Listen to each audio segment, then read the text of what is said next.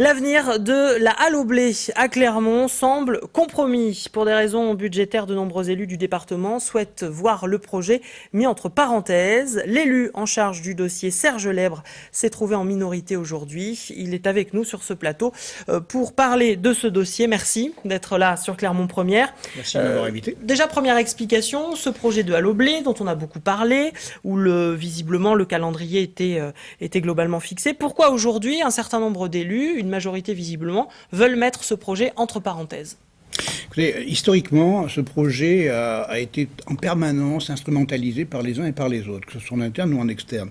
Je m'explique. La scission de 2008 a fait que les oppositions se sont créées au sein même du Conseil général, et à partir de là, les projets des uns étaient rejetés par les autres, ou vice-versa. Bien. Alors, depuis mars 2011, depuis mars, il y a une nouvelle assemblée qui a été élue, enfin renouvelée pour moitié, tout du moins. Et on a retrouvé là des oppositions qui existaient antérieurement. Et très concrètement, qu'est-ce qui s'est passé aujourd'hui? On a vu ce que l'on sait depuis le début, à savoir une droite qui s'oppose au projet depuis le début, un parti socialiste, enfin le groupe, les élus socialistes qui s'opposent au projet depuis le début et qui l'ont répété, et un groupe socialiste ex-majoritaire qui lui a déposé un vœu, puis il ne l'a pas défendu, puis il l'a retiré finalement.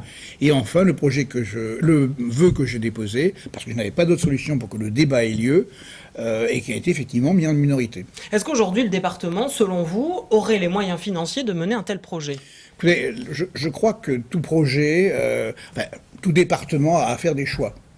Je pense que le choix qui a été fait par le département cette fois-ci, qui consistait à ne pas vouloir ou prétexter qu'il n'y avait plus d'argent pour la halle au blé, est un prétexte.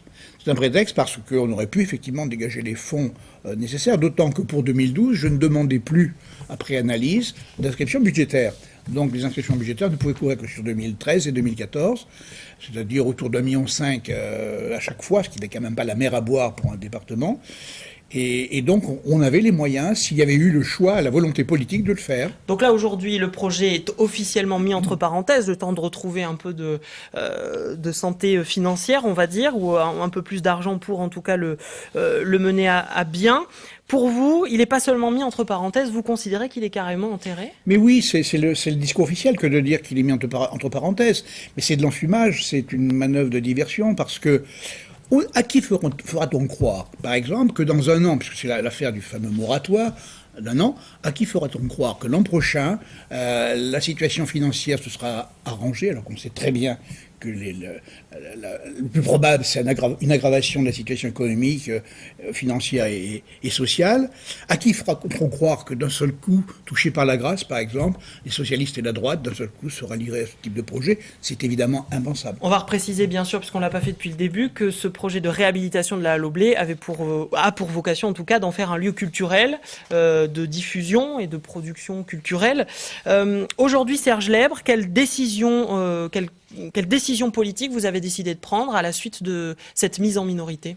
Elle va de soi. Moi, j'ai été désigné, on m'a chargé, le président Goudbel m'a chargé en 2008 de mener à bien ce projet. Je l'ai fait avec beaucoup de cœur, beaucoup de conviction, beaucoup de volontarisme aussi d'ailleurs, parce que c'est vraiment pas simple, pour les raisons que j'ai expliquées tout à l'heure, que de mener ce projet.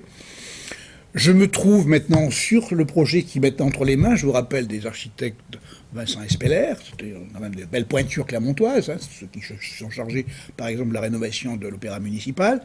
Ce projet donc est entre leurs mains, et on me dit maintenant que ce projet, on le met entre parenthèses.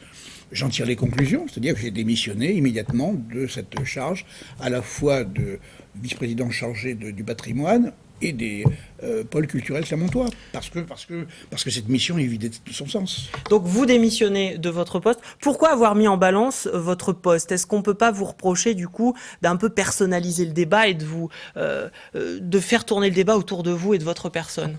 Oui, je sais qu'on m'a parlé d'égotisme, un certain nombre de choses de ce genre. Écoutez, moi je crois que quand on s'engage avec passion dans un projet, forcément il devient un peu personnalisé, et ça devient un peu sa chose, c'est vrai, hein. Et je me suis vraiment beaucoup engagé sur ce projet-là.